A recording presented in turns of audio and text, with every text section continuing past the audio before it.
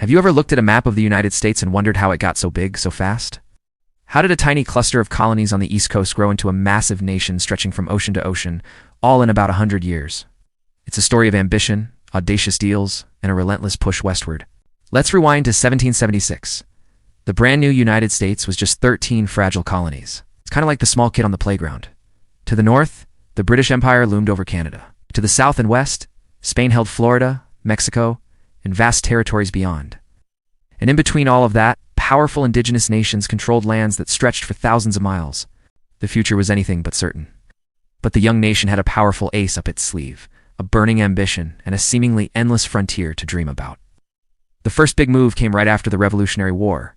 The 1783 Treaty of Paris didn't just recognize American independence. It handed the new nation all the land up to the Mississippi River. Suddenly, the country had doubled in size. This was the first major step, the one that opened the floodgates for westward expansion.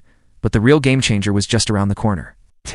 In 1803, President Thomas Jefferson pulled off what might be the greatest real estate deal in history, the Louisiana Purchase.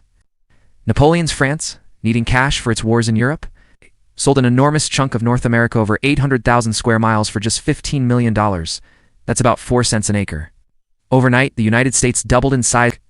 This wasn't just buying land, it was buying a future, a destiny. The momentum was unstoppable.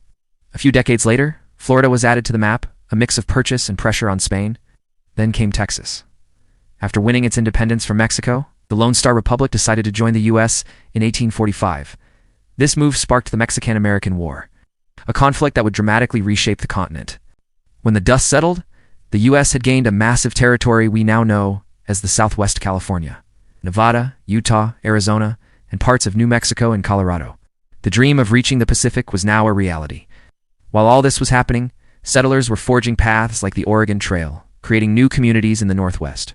This led to a peaceful agreement with Britain to divide the Oregon Territory along the 49th parallel, setting the northern border we know today. The final piece of the continental puzzle came from an unexpected place. In 1867, the U.S. bought Alaska from Russia, and he at the time called it Seward's Folly, mocking the purchase of a frozen wasteland. But history would prove them wrong, with the discovery of immense gold and oil reserves. So from 13 colonies to a continental giant, in just 1 century, a nation transformed itself through treaties, purchases, and conflict. It's a staggering story of how a map was redrawn, driven by the powerful belief that America's destiny always pointed west. Thanks so much for watching. If you found this journey through history interesting, don't forget to hit that like button, subscribe, and ring the bell so you don't miss our next video. See you next time.